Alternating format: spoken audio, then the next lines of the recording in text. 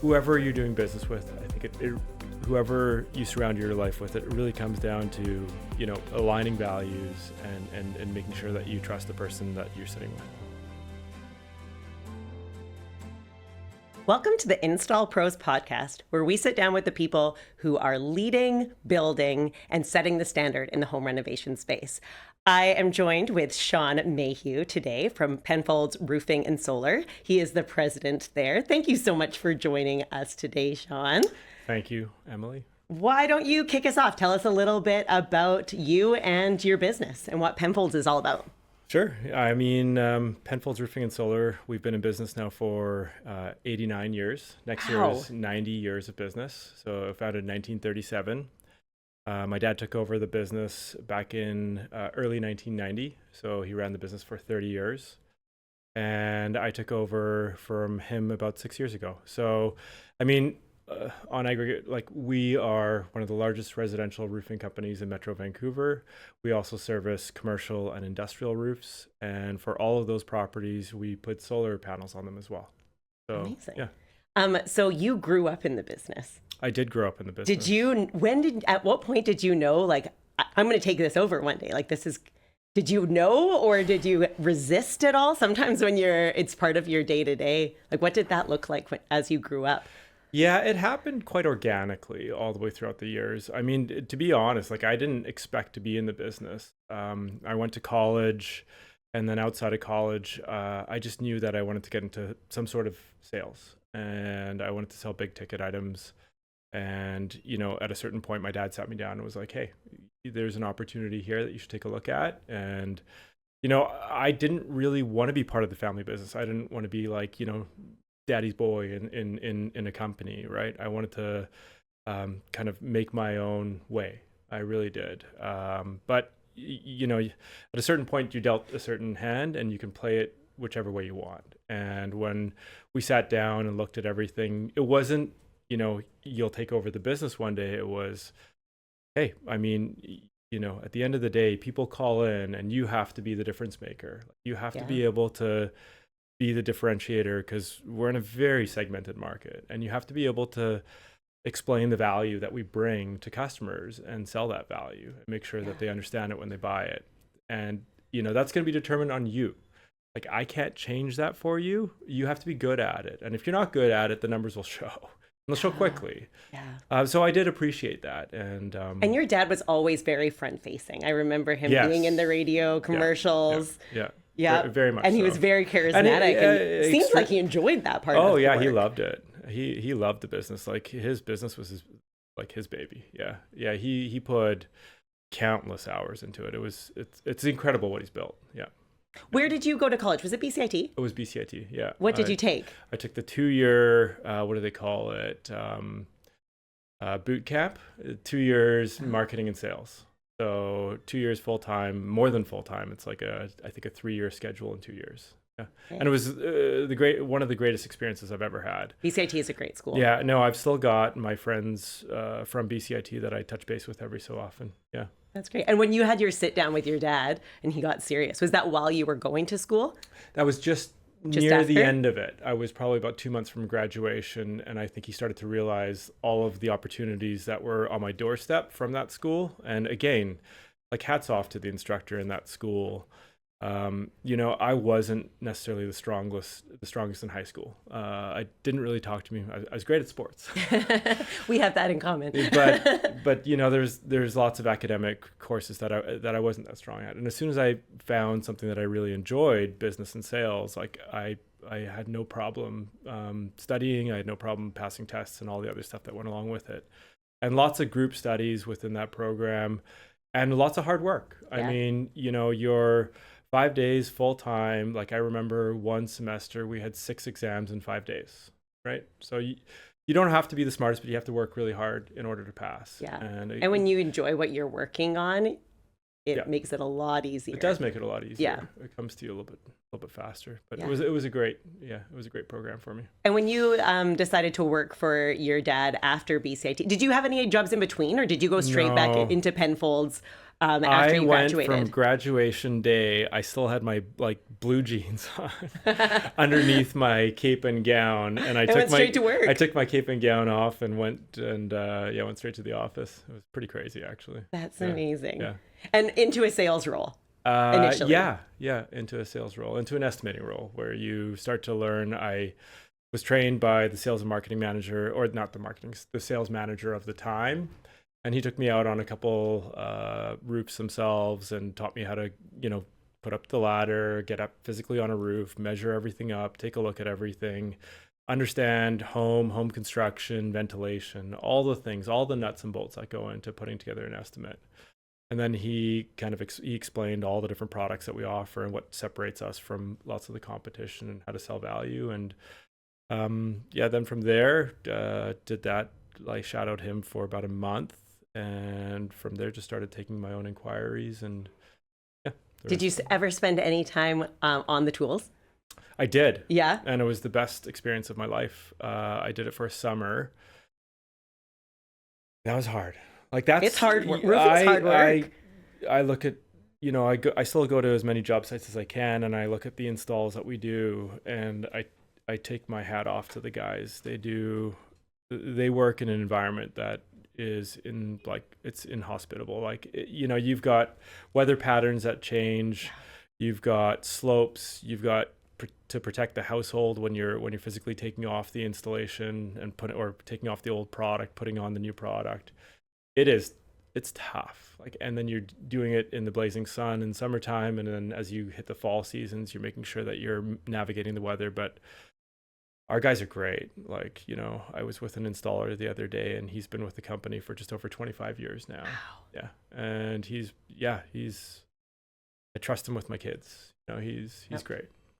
We're blessed to have the guys we have.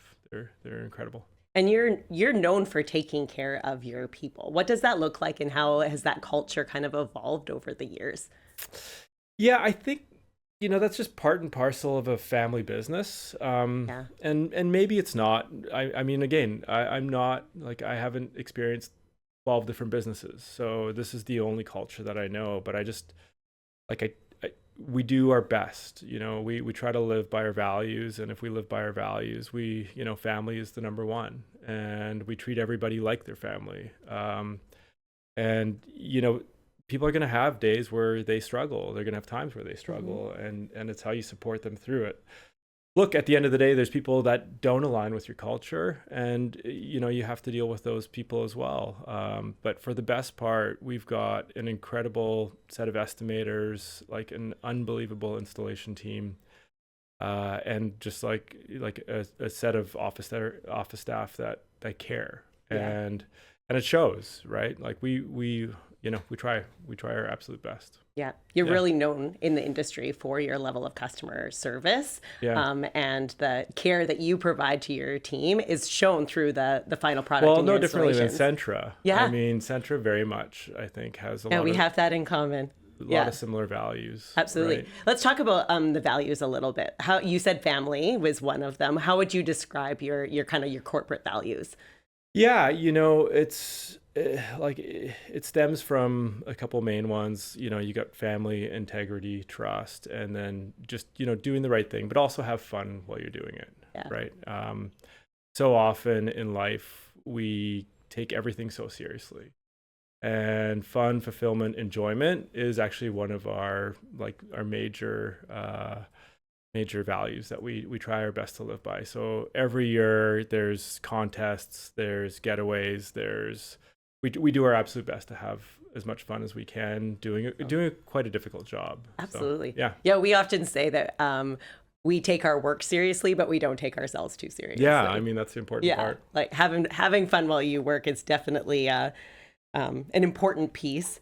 Because we work with each other we often see our friends at work more than you see your own family. Well, and you do. it's critical that you're able to enjoy that time. And we put so much into our careers and so much energy into the businesses and the relationships with the customers. So you got to have a little fun. We focus as much as we can on that. Yeah.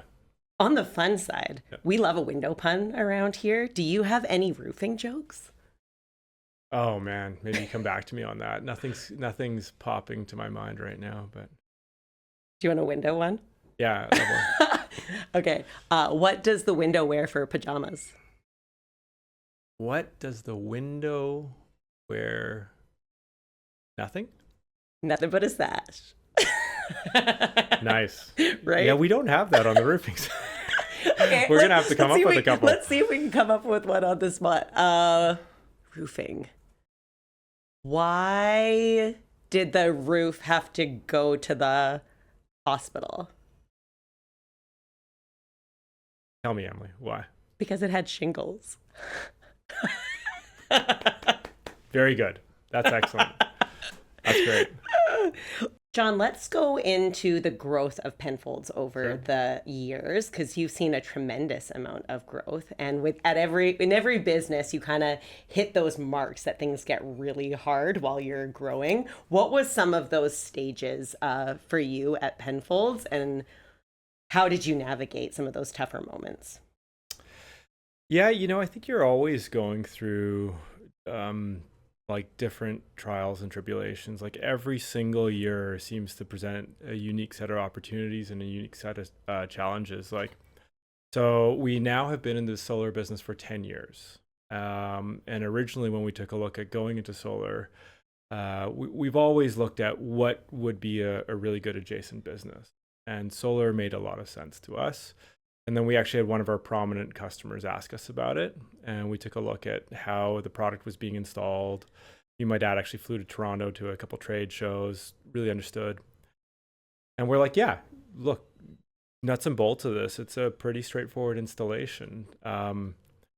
And, what we didn't understand, what we didn't realize at the time was just, how much work it takes to get an install from start to finish. And how to take that to scale and have all of your estimators understand how to speak, before they're talking roofing, now they're talking kilowatt hours and what it's going to do for an offset. And it's like it was one of the greatest challenges that our business took on, because once you start to get into it, you really have to get into it. All of a sudden you've got engineers, you've got full-time Red Seal electricians as you grow and scale that business.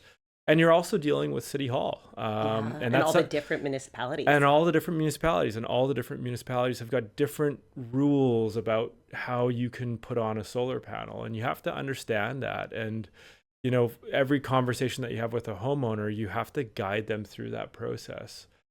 But what it really did for our business is it forced us to expand, how we think about our business and also how we view our business.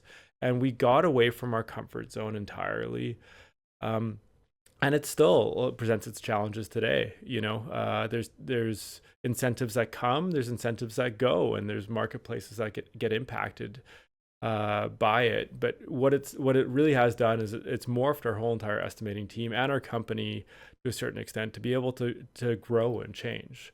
Like solar has changed a lot even in the 10 years that we've been doing it. I mean, the first panel that we're installing was 285 watts and now they're pushing 500. Wow. The microinverter technology has changed. Whereas roofing, look, there's definitely been some advancements all the way throughout, but I kind of joke that I can count on kind of like one hand how much it's changed over the past 25 years that I've been in the business, whereas solar has changed numerous times. So it forces us just to stay on point and keep up with everything and technology that is going on. And it's taught us how to scale a certain part of our business. And it was probably the largest learning experience that we went through and probably the hardest growth cycle, but we've now got that segment down to a pretty good science. For your residential customer, how many are just doing roofing or doing the combination of solar and roofing together? Yeah, it's still not, solar at the end of the day represents about 15% of our total business. So it's not like it's 50-50. It still very much is a want instead of a need to a lot of customers. I think that conversation is going to change over the next decade. We'll see. But, on a grand scale, we still have quite cheap electricity here. And whether it's artificially cheap or whether it's really cheap, it's that's still up for debate. And I'm not going to get into that right now.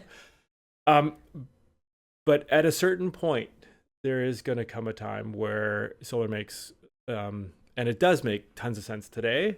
And as we evolve and continue, and prices start to, I think, reflect what actual cost of electricity should be, it's going to make a lot more sense. And all the early adopters will get a Hmm. huge reward for doing. And you do solar on commercial and multifamily residential as well. Yeah, really, it's more the commercial buildings that we see a huge uptick. There's some great incentives on the line from both the federal Yeah. government and also BC Hydro on that side. So yeah, we've done to date more commercial installs than anybody else in BC, and we still hold, the single largest installation in BC's history. It's getting a little technical now. Lululemon Yes. outpaced us, but for a single meter, we still hold that title. Lululemon's on 5 different meters for their solar install. Yeah. Really? So yeah, Wow. yeah, Through the growth, what do you think your biggest leadership lesson was that you learned? yeah. There's been lots. You know, Yeah, it at the end of the day, like everything comes down to trust, right? absolutely. Whether it's trust with your homeowner, whether it's trust with the person that sits next to you, and it's humility, and it's understanding what the other person is going through, and not just focusing on maybe the bottom line, or what needs to be done. It's it you know Everybody's going through different parts of their life, right? And you really do have to take stock. And I think one thing when I first took over the business is, I was, maybe trying to be more like, my dad's style of leadership, and I hadn't developed my own. Yeah. And over these past several years, I've really kind of honed in on just being able to, connect on a human level and understand what the person beside me is really going through, to understand whether, how to navigate what's ahead, right? Like, I think that to me is probably the biggest key. Yeah, the biggest key takeaway. And it's the same. Like, you could take a look at a customer who's really unhappy with something, because we're not perfect all the time. Yeah. We're in the renovation world. That Stuff stuff happens. happens. And to take the How you time and sit respond. down and understand, like, what are they really saying, what really matters to them, and why are they upset about something, and is there something that can be done to resolve it, or do they just want to be heard, and can you adjust your process for the next customer and try to communicate that to them. It's an ongoing world of over communicating, under communicating, what's the right amount, and every person is different. So, like, it's fluid. It's constantly evolving and changing. Yeah. We So often say that we treat people how they want to be treated. we treat every house like it's ours, Yeah. right? Like, that's we treat every house in business like it's our property, and that's something that we really live by. And for the grand scheme, like, we push close to like 1,000 installs a year, and 99% of them go really well. But there's always Yeah. stuff that happens, Things that are outside of and your it's how you control. deal with it. Like, you just don't you try to deal with it head on, and you make sure that you come to a fair resolution with whatever happens. Yeah.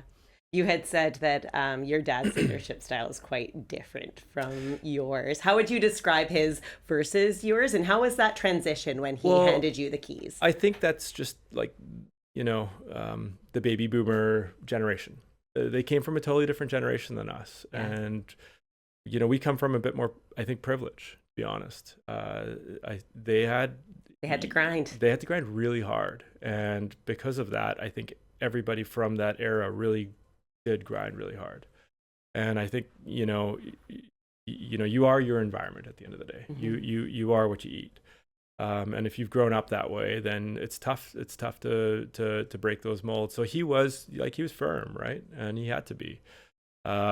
It's not to say that I'm soft, but I think I do my best to understand what the situation is before I make a decision. So I do my best not to react, even though I still do react probably too fast in some scenarios, but I do my best to kind of put myself in the other person's shoes before I make my decision. That's ultimately the best way I go about my day to day. A good way to explain it. Yeah. And how about you? I mean, you're under a whole new leadership. So what do you do? Yeah. For on the leadership side, like the style, Yeah. I would say, well, we have a different model here. So it's interesting because we're employee owned and operated. It wasn't quite as a direct of like just a handing over of the torch, because we have a lot of different people. And so, and those kind of that transition has happened a little slower over time, but we restructured our business about a year ago. And that was really to make sure that we were paying attention to the customer experience by segment. So previous, as we were growing, we kind of grew all of our customer segments together, and we were one big leadership team. Yeah. But we have a very different customer for our builder group and for our multi-family installation team and versus our single family team. So last year we made the decision to really focus in on that customer segment. And so now we have leadership for each individual segment. And I'm responsible for our single family installation division. And that has been actually really positive, because now we get to see, rather than the soup, we can see all of our results, as well as really focused our customer journey, and making sure that we're elevating that experience for each customer segment, because they do need different things. Yeah. And so our single family homeowners, they are now getting that dedicated leadership and focus on that customer segment. Yeah. Cool. But lots of lessons along the way, lots of falling down. But even from like you on a personal side, like you were running the marketing department, if I'm not mistaken. Yes, yeah. And now you're running the whole entire residential side of the business. Yeah, there was a bit of a transition there, because we acquired Supreme Windows and Doors in Calgary. And so initially I was leading our integration team. So I was traveling back and forth. And then about 8 months in, I was offered the opportunity to lead our Alberta operations. So I moved my family to Calgary.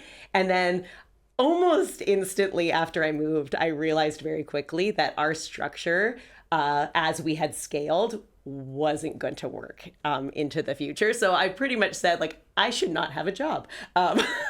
And when we got a committee together to say, okay, if this structure doesn't work, what does the right structure look like for our continued growth into the future? And we worked through a lot of different options. And then because we're such a customer focused organization at the heart of what we do, we decided to organize our business that way. And then I moved into leading our installation single family division after that. So there was a little bit of a transition, but it's been great. And we have such a phenomenal team. And one of the things that we were worried about is that we would start falling into silos. But that really hasn't happened, and we still have a tremendous communication through our leadership team and our group leadership, and we've all managed to really work together through all of the change. But change is hard, and it's hard on people. And you're right when it comes to the communication. There's lessons learned. We could have done a better job on explaining to our teams as we were going through the change of why it was happening, and ensuring that they understood the vision. And because people change is scary, and everybody wants to know how this is going to impact them. And we care a lot about our employees and their experience here as well. And so going through that amount of organizational design change all in one go, it was hard on people, but we are through the other side of it now, and we are in a way better place, but some very valuable lessons learned. Yeah. What's your one takeaway? What's my one takeaway? If there was one, if there's like, is there one that stands out above the rest? Because I mean, for us, we've bolted on solar, and we've taken that into the business. We've integrated that throughout. So we do that on the commercial, industrial, multifamily, and residential side of the business.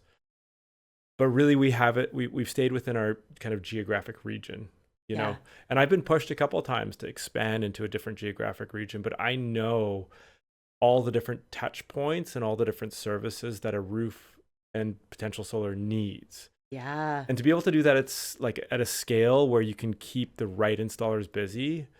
It's not easy, It's not easy. right? Yeah. And so like I do tip my hat to you to expanding, Centra to expanding into Alberta and taking on the leadership role that you've taken, because And the it market can't is be easy. very different Yeah, there. totally. Yeah. Yeah, And I think that when looking back, the takeaway, one, I think we underestimated how many differences there are between the BC market and the Alberta market. We had a lot of enthusiasm, but I would have probably actually changed a little bit faster. So we kind of phased things out, and we did a lot of our initial change was adopting on some of our systems, but not all of them. And then we were about 2 years into the post acquisition where we changed all of our technology and did SKU mergers and a whole lot of other change management pieces. And I think if I was to go back in time, I would suggest that we do it right away. do it real fast. Like Rip the Band-Aid. yeah, and it Yeah. hurts and it is hard on people, Yeah. but then at least they like Yeah. you're getting it all done on the front end. And And you're not dragging it out. You just deal with the pain. Yeah. Deal with the pain. Yeah. Yeah. Yeah. Good. Lessons learned. But I think that's the biggest thing, though, is that you do need to learn from it, right? And so we're better off today because we worked through a lot of those challenges, and we worked through it together as an organization. And a lot of people here really like put in some long hours and a lot of flying, because it wasn't just a drive down the road to help out anymore. And we were really known for everyone kind of pitching in and just getting stuff done. And now you're a flight You're on an away. island, kind of. And so a lot of our expertise that we had here for years, they just like jumped on a plane. We had one of our installers in Kelowna who offered to help with our door shop when we were falling behind and flew out to work in the door shop. So you really, I think that when times are hard, you see how people step up and how our culture really does thrive. But yeah, it's hard. And you don't, like I always say, you don't learn by being right all the time. You don't. Yeah. Oh no, I think you learn more when you're wrong. Yeah, Right. Absolutely. What I always say. Shaun, let's dig into your experience with your homeowners. You had talked a little bit about how you sell value, and you have a pretty competitive landscape in the business that you're in. And how does you and your team sell the value of your product and services within your industry? Yeah, I mean, you do. You hit the kind of nail on the head. It is a very segmented market, and there's very few barriers to entry to start a roofing company. A lot of people, might look at it and go, "Oh, I'll start Emily's Roofing." Pull a business license, get some insurance, and work safe, and away you go. So you've got very few barriers to entry, which means there's constant new entrants that come into the market. But how we focus is, we've been at this for a very long time. And even in, like I said, I think I'm 23 years now, the laundry list, I wish I kept track of it, of all the companies that have been in and out of business in the space. It's long, like it's really long. And at the end of the day, a lot of people look at this warranty and they go, well, I'm getting a lifetime warranty from this customer or from this company and a lifetime warranty from you. And, you have to take a look at that and you have to go, okay, first of all, if something goes wrong, is that person going to be around? Yeah. And, if they're not going to be around, good luck going to a manufacturer and trying to claim on that warranty. I mean, when you look at the grand scheme of things and how manufacturers are built and how they're built to service, they're not really built to service the end customer. They're built to mass produce product that's then sold to resellers or distributors that then sells to, installers that then sells to a customer. That chain is quite long. And if you think about being at the end of that chain and trying to come straight to the manufacturer and going, I've got a problem, they're just not set up to really deal with a lot of those issues. And we own, like I said, when we put on a roof, yes, there's some products that we put on that have manufacturer's warranties behind them. But there's a lot of the product that we install that's our own. And we don't manufacture, but we stand behind the warranty. So if something goes wrong with that roof, you deal with us and you deal with us directly. And then, when you call us, there's a business that you're calling. Yeah. right? There's a huge difference between somebody who's operating out of their house and somebody who's operating an actual business. It's something that you really, it's tough to decipher when you're looking at a lifetime warranty and a price, and a lifetime warranty and a price. And unfortunately, some people have been burnt in the home renovation industry enough times to go, yeah, it's worth paying a little bit more to have somebody who you can trust. Because I can tell you right now, and solar is a really interesting one. I'll key in on this in a minute, but if you do have that issue in 7, 8, 12 years down the road, the cost to repair and fix that issue versus the cost of paying a little bit more up front far outweighs, the long-term value. So, I mean, that's what we do, right? Like I said, are we perfect? No, but by and large, we set industry standards. We have our installers reporting back to our office with pictures of all the installations that are done. We do little things that most people don't do. We check ventilation where others don't. We make sure that, bathroom fans are vented out the attic correctly and not out, the soffit, so it doesn't create a mold issue down the road. There's so many little things that we do that we've added to our business that you won't see when you're just looking at a pure price. And the homeowner might not even have visibility on some of those things, and so they're going to find them years later. That's right. And that's just one thing that we do a little bit differently. And you dovetail that into solar as well. And I look at solar, and there is a lot of segmentation in the market now as well. There's a lot of new entrants in the market, and that's fine. Competition is good. Yeah.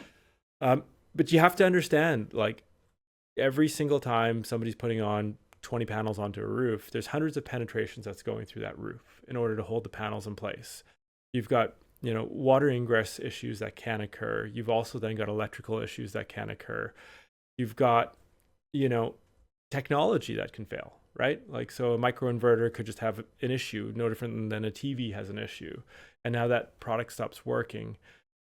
If that installer is not in business, you are dealing with the manufacturer, and lots of these manufacturers aren't North American based, right? We've had to deal with it on our back end, and we run solar very similar to roofing. If something goes wrong, on the grand scheme of things, like, we just replace the panels, we replace the products, and then we will deal with the manufacturers on the back end to see whether there's a way that we can go about this. But for a customer who has dealt with a company that's no longer in business, it's just not a mature enough market for somebody to be able to jump on that roof and be able to fix somebody else's problem, like maybe a roofing issue even. So it's very unique.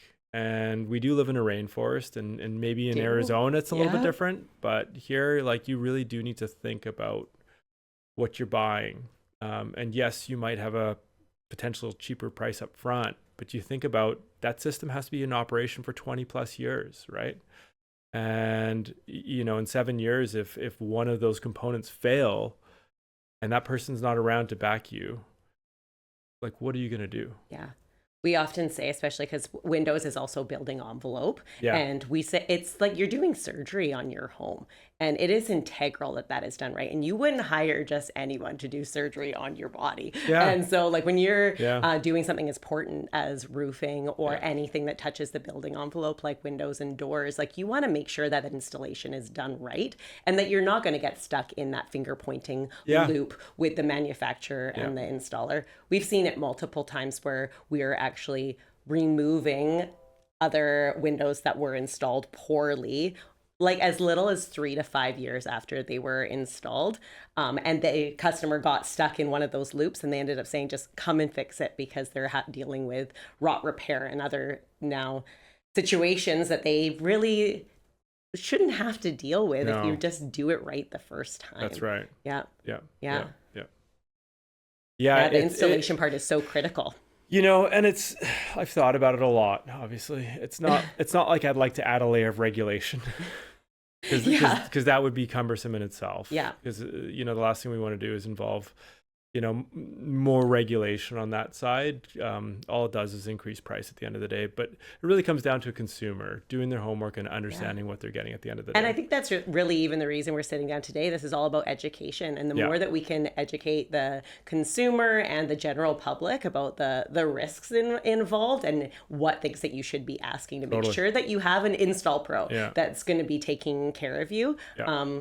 Yeah, it's just an incredibly critical piece. And so many homeowners, like, they don't know the ins and outs of their home. No, And no. they can't be expected to either, but we can Yeah. support and just these are the questions that you need to ask to make sure that you're getting a pro. And I'll key in on something on that you said there as well, because it's something that's unique. I mean, lots of people don't know, but insurance for flat roofing is actually really difficult to come by nowadays, because I didn't know that.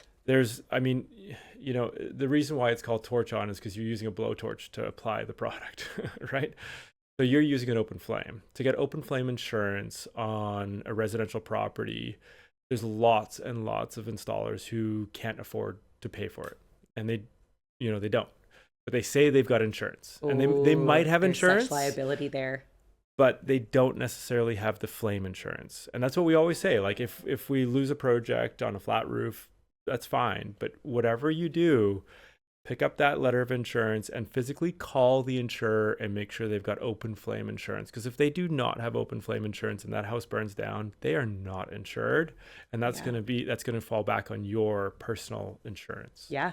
And, Actually, and, that's and, another thing and a that lot of people don't realize that. a lot of homeowners don't realize because that insurance piece, even if they hire a company but they're using subcontractors, you have to double and make sure that the subcontractors also are insured, the ones that are actually doing the work, or else the homeowners can Yeah. be liable. And that's just not something that most people are aware of. Totally. And regrettably, insurance is insurance. Like, if there's a way for them to get out, Yeah, they like, will. they will get out. So, Yeah. and a lot of customers might not realize that, but it's incredibly important. Yeah. Yeah. And that it is just one thing that as a homeowner, you need to know. And even as a business owner, you need to know, because every year there are properties that burn down because of that product. If somebody is shopping for a new roof, they need to replace it. What are three key questions that they need to be asking when they're getting quotes or people in their homes? Like, do you have like a top three that you're like, you need to make sure you're asking this question? And it's like, that's a great question, because even today, there are, aerial imaging sites. Like, has that person actually been to your property? Like, have they actually been to your house? Do they know your home? Have they assessed it and looked at it? Have they assessed kind of the potential issues on that roof that is not necessarily just the roof, like just roof related? Have they looked at skylights and chimneys and all your protrusions? Because generally speaking, the roof might be in perfect shape, but like, your protrusions are going to be what fails you. So first of all, like, have you met with this person face to face? And you do all in-home consultations? Yeah, Sure. yeah. Awesome. I mean, look, with some consumers, it can be challenging because their work schedule, or some people don't necessarily live here, but our preference is always to deal face to face, to go through what we're going to be doing top to bottom. Like, have you got a proper scope of work? And then, have you actually, like, anybody can present a liability insurance, but is that liability insurance actually in place, right? And is the contractor up to date on their work safe? Beyond that, it's like, there's so many things that you need to just think about. But by and large, I think it really does come down to trust. When you see that person across from you, just imagine the sum of money that you're going to be giving to them on the table in cash, and you trust them with that, right? Yeah. And that's really what we tried to build our business around. At the end of the day, like, the house is a very emotional spot. Like, it's where most people have raised their kids. It's it's your day to day, and it's one of the most major renovations that a house will undergo as a re-roofing or window project, for that matter. Yeah. And we've, like, the stories that we've heard, whether, I mean, even just last year, there was a contractor who came into somebody's house, presented them a contract. They gave them half the money. They took the roof off. and then they were nowhere to be found. Oh, And it's like, I don't know how that person lives with themselves. I don't know how you do that. But yeah, so we ended up coming in, and we had to make some, had to shift our schedule slightly so that we could get there immediately, because if the rain got in, it was going to flood out the whole entire house. And clearly the person who they got into a contract with wasn't reputable. They wouldn't have been able to go after them. If their house flooded out, that would have been on their liability. But it happens. It happens. There's crazy stories. Maybe we could do a separate podcast of the crazy stories that we can exchange. That would be a fun episode, actually. Just comparing notes on all the things that we've seen. But at the end of the day, you're right. It is trust. And like we know, the reputable companies out there, they do care a lot about the homeowner and their home and making sure that we're doing it right. That's right. Yeah. So, Shaun, with so many businesses able to start up within your industry so quickly, it's really difficult for people, especially online and the current landscape of online, to not necessarily know right up front when they're, searching for roofing companies and you see a sponsored ad, or maybe you're on your favorite social media on Meta and you get hit with an ad and the algorithms have served you up something nice. How do people tell the real companies versus the ones that maybe just started up last week and bought some ads and don't have the history behind them? What are some ways that people can really work through the current landscape in online? Yeah, I mean, it becomes a more interesting space every single year. So like nowadays, what I'm seeing a lot of even is what's known as like a lead aggregator. So a marketing agency that will try to drum up inquiries, but they're not in the business at all. They're in the business of reselling those inquiries to companies.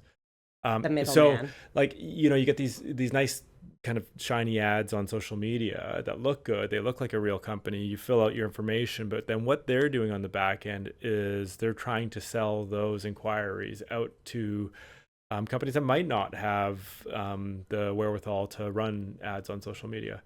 Now, I mean, what you always want to do is you want to look at, okay, let's just do some background on this company. How long have they been in business? Are they, good standing with the Better Business Bureau? Yeah. Like the BBB is still very much a big thing. What is their rating with the BBB? Take a look at their reviews. And take a good look through the reviews. Are they real? If they have negative reviews, have they answered the reviews? Have they done anything about it? And then how long has the business been around? And what is the address of the business? Is it somebody's house or is it an actual bricks and mortar property? Yeah. Right.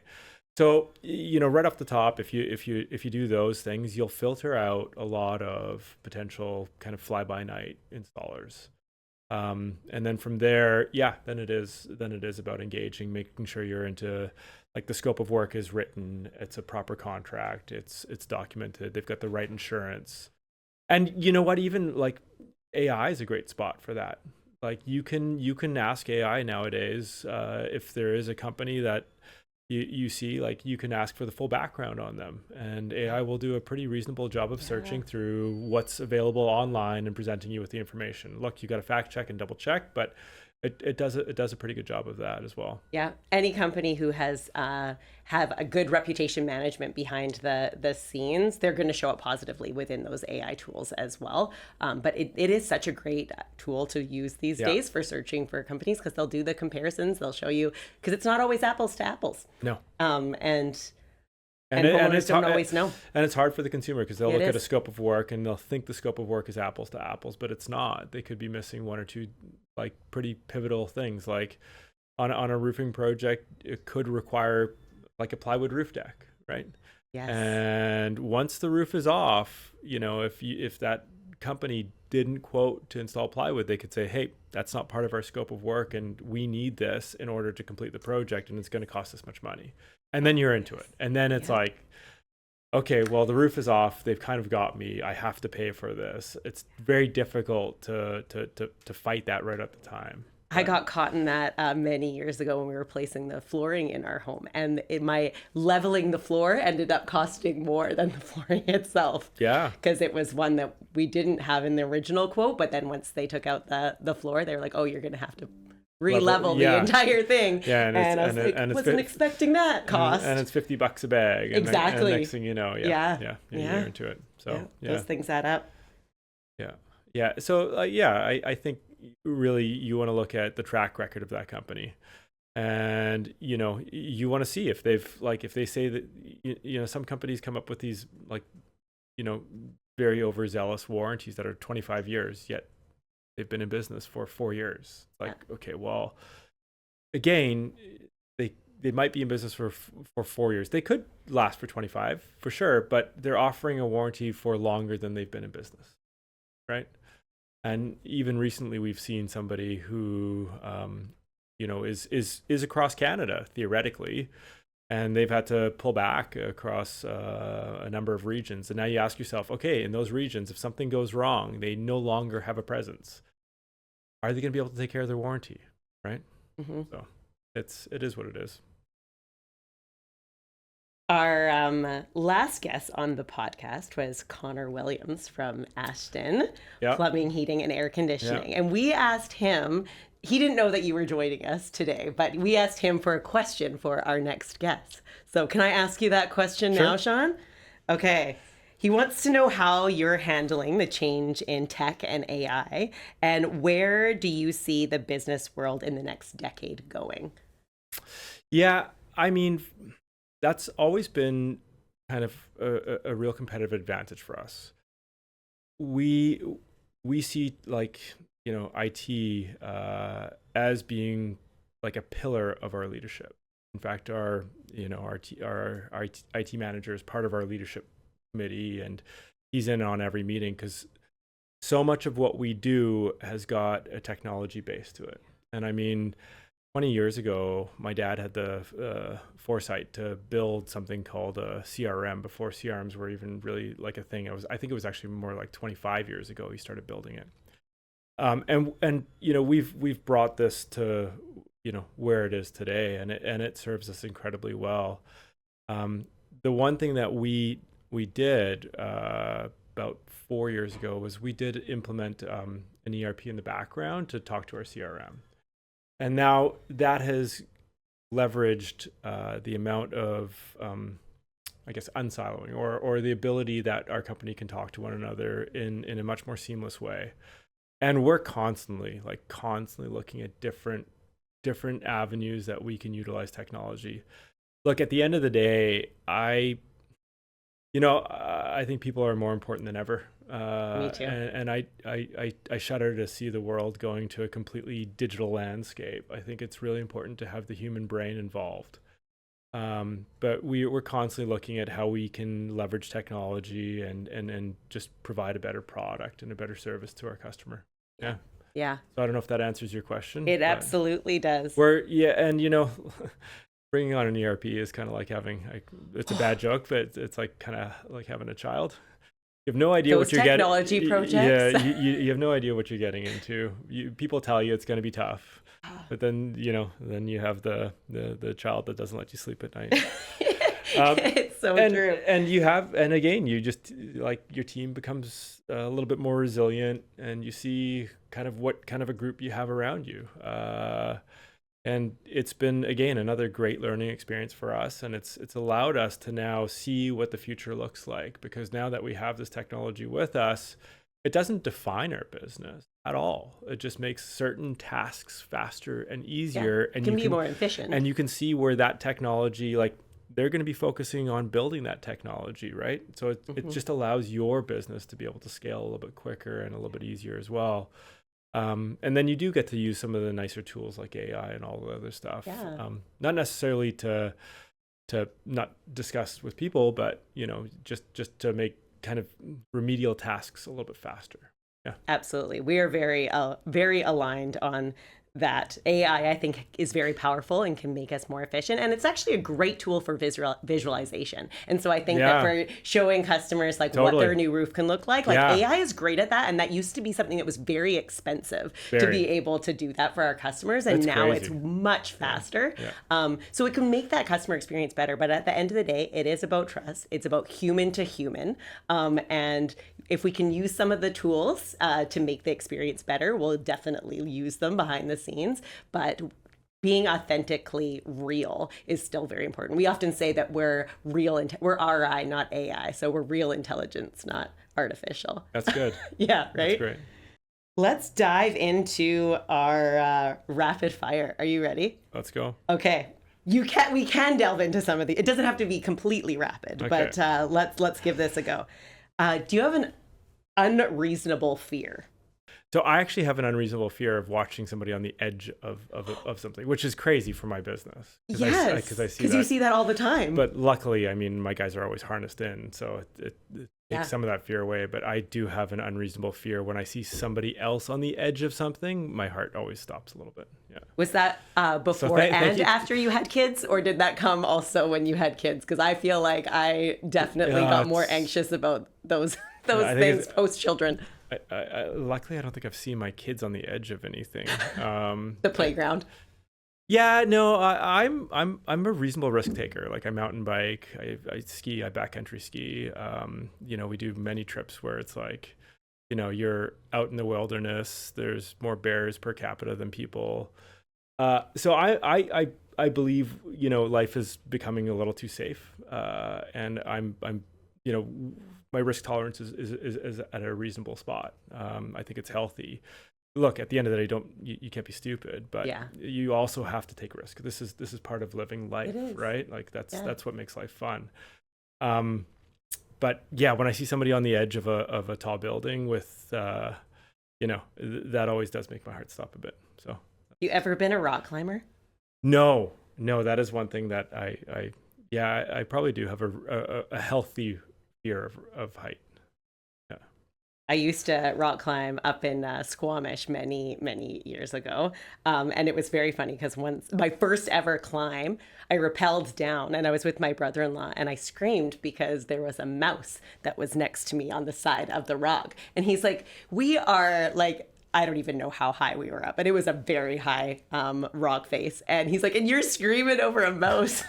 I'm like, I'm not saying it's reasonable, but if you weren't in the trades, what would you be doing? Would I love to be doing? Yeah. I mean, probably playing a professional sport. Okay. What's the sport, Shaun? Baseball. Yeah, baseball, or I love racing. Yeah. Really? Yeah. I would.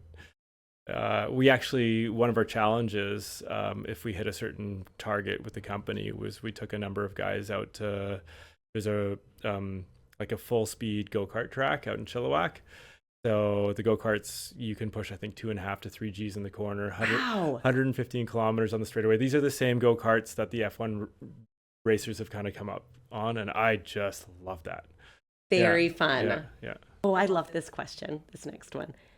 What would you tell your 18-year-old self? Don't spend time worrying about what other people think, and don't waste any headspace on something you can't control. So good. Yeah. So good. That is great advice. Would you like to have the opportunity to do that? Go back and have your conversation with your younger self? That's a good. I don't know if I'd listen. Like honestly, like at 18, 18-year-old Shaun, was just like I have got it figured out. I think you have to go through the experience of life. Like I don't think somebody can tell you. Like I always say, especially with the kids, like let them make mistakes. They have to fail. They have to do things wrong. They kind of have to stick their hand in fire, right? Like they have to know it's hot. You can't just tell them not to do something all the time. They have to experience it for themselves. And I don't know if I told my 18-year-old self that I would have listened at the time, right? So that's the honest answer. Yeah. Got to go through it. If there was a movie about your life, Shaun, who would play you? What actor? Oh, that's a good question. I'm not a huge movie buff, first of all, so like I don't watch a lot of movies. But I think based on my latest haircut, I'd just say Jason Statham. Good one. Yeah. He's been in some intense action movies. Yeah, he has. But which goes well with your risk-taking side. Yeah, for sure. That's great. Thank you so much for coming, Shaun. If we had one final takeaway, what would you hope that people would take away from our chat today? Yeah, at the end of the day, like whoever you're doing business with, I think whoever you surround your life with, it really comes down to, aligning values and making sure that you trust the person that you're sitting with. And whatever you do in life, it's just something that you have to keep in the back of your mind. Yeah. Shaun, thank you so much for joining us today on the Install Pros podcast. It was such a pleasure talking to you. It was such a pleasure to be here, Emily. Thanks for having me. Thank you all for joining us today. We'll see you next time.